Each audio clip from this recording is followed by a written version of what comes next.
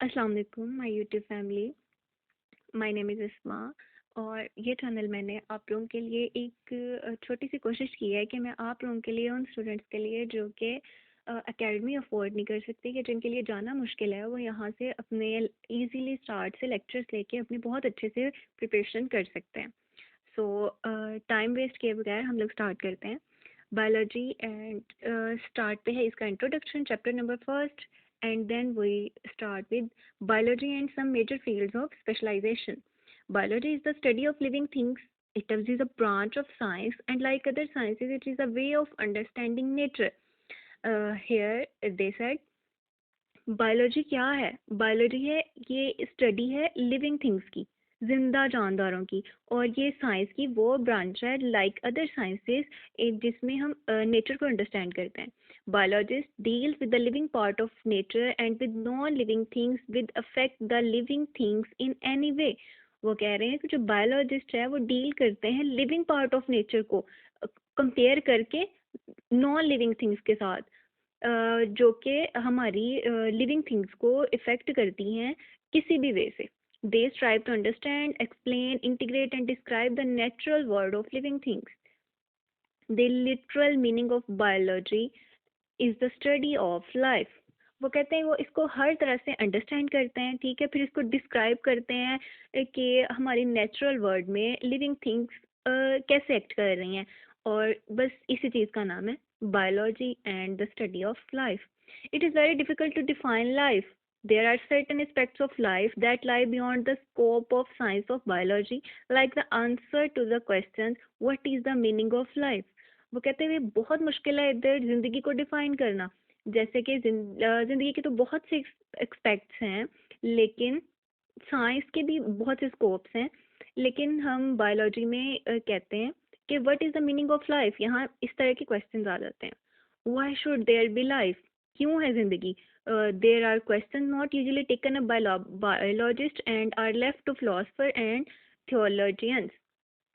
वो कहते हैं ये जो क्वेश्चंस है ना, ये बायोलॉजिस्ट यूजुअली टेक करते हैं, और लेफ्ट जो होते हैं फिलोसफर्स और थियोलॉजियंस जो है ना, वो उनके लिए ये बाकी रह जाते हैं। Biologist mainly deals with the matters relating to how life works. वो कहते हैं बायोलॉजिस्ट का मेन जो रोल है ना, वो किस चीज़ के साथ डील करना है? How life works. सही है। उसके बाद नेक्स्ट है life for biologist is a set of characteristics. क्या है बायोलॉजिस्ट के लिए life? Set of characteristics that distinguish living organisms from non living objects including dead organisms. वो कहते हैं इसकी करेक्टरिस्टिक्स को कैसे डिस्टिंग्विश करते हैं लिविंग ऑर्गेनिज्म से नॉन लिविंग ऑर्गेनिज्म में, और नॉन लिविंग ऑर्गेनिजम्स जिनमें डेड ऑर्गेनिजम्स भी इंक्लूड हैं। Living organisms are highly organised complex entities are composed of one or more cells. Certain genetic programs of their characteristics can acquire and use energy, can carry out control numerous chemical reactions, can grow in size, maintain a fairly constant internal environment, produce offspring similar to themselves, respond to changes in their environment. And now यहाँ पे कहा जा रहा है living organisms क्या होते हैं, और हाईली ऑर्गेनाइज्ड होते हैं, कॉम्प्लेक्स एंटिटीज होती हैं, और वो कंपोज होते हैं एक या एक से ज़्यादा सेल्स पे। नेक्स्ट वो क्या रखते हैं? Contain genetic program for their characteristics, कि उनके पास एक जेनेटिक प्रोग्राम होता है कि वो अपनी करेक्टरिस्टिक्स नेक्स्ट अपने ऑफस्प्रिंग्स में कैसे वो सेंड करते हैं। Can acquire a use of energy, can carry out control numerous chemical reactions। कहते हैं कैसे एनर्जी यूज़ करते हैं और कैसे वो केमिकल रिएक्शंस को कंट्रोल करते हैं, कैसे नेक्स्ट है अपने साइज को कैसे ग्रो करते हैं, मेंटेन कैसे रखते हैं अपने इन्वायरमेंटल के अकॉर्डिंग, फिर नेक्स्ट वो अपने ऑफस्प्रिंग प्रोड्यूस करते हैं और respond to changes in their environment. फिर लास्ट पे है कि वो इस सबको अपनी एक इंडिविजुअल को अपने जो है इन्वायरमेंट उसके रिस्पॉन्ड कैसे उसको इस काबिल बनाते हैं कि वो अपने आप को अपने माहौल के मुताबिक ढाल सके। Any object possessing all these characteristics simultaneously can be declared as a living thing and in an object for biological studies. तो इधर कहा जा रहा है कि कोई भी चीज़ है जिसमें ये करेक्टरिस्टिक्स पाई जाती हैं वो क्या कहलाया जाता है, वो लिविंग थिंग्स कहलाई जाती हैं और उसको हम बायोलॉजी में स्टडी करते हैं. The study of the science of biology is a widely based study. It includes every aspects of a living things. Therefore, volume and volumes of information are available under this major head. It is but natural to divide the science into quite a number of branches for our convenience of comprehending and studying biology.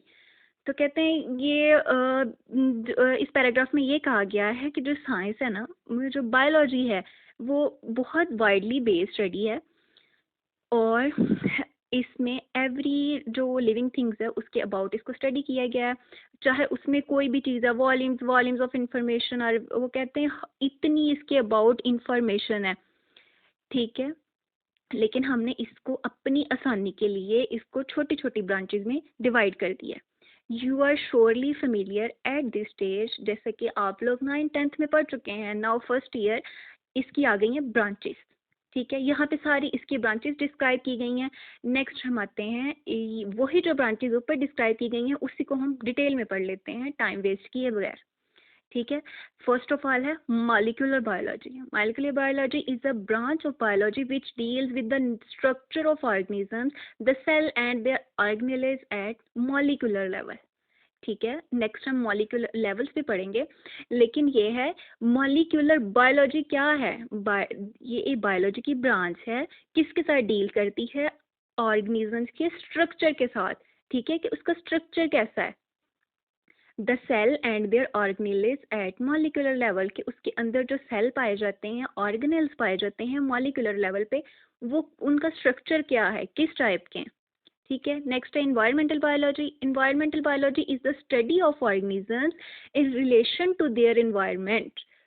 क्या है, जैसे कि environment से ही जाहिर हो रहा है कि इन्वायरमेंटल बायोलॉजी क्या है, study of organisms in relation to their environment, ठीक है. ऑर्गेनिज्म की स्टडी है किससे रिलेट करके, उनके इन्वायरमेंट से रिलेट करते. They includes interaction between the organisms and inorganic and organic environment, specially as it relates to human activities. और कहते हैं कि इसमें क्या क्या इंक्लूड है, interaction between organisms and their inorganic and organic. Organisms का जो इंटरेक्शन है वो उनके ऑर्गेनिक और इनऑर्गेनिक इन्वायरमेंट के साथ कैसे रिलेट करता है, ठीक है. वो कह रहे हैं specially as it relates to human activities के साथ स्पेशली इसको रिलेट करके. नेक्स्ट है microbiology. It is the study of micro organism which includes, अब बताया गया माइक्रो ऑर्गेनिजम्स में क्या इंक्लूड है, bacteria, virus, protozoa and microscopic algae and fungi. Next है fresh water biology. The branch of biology deals with the organisms living in fresh water bodies like rivers, lakes, etc. and physical and chemical parameters of these water bodies. कहते हैं fresh water biology क्या है, biology की वो branch है जो deal किसके साथ करती है, जो ऑर्गेनिजम्स हैं वो फ्रेश वाटर में रहते हैं, जैसे कि रिवर्स में, लेक्स में, एंड उनके फिजिकल एंड केमिकल पैरामीटर्स क्या हैं, इनकी बॉडीज़ के फिजिकल और केमिकल पैरामीटर्स क्या हैं.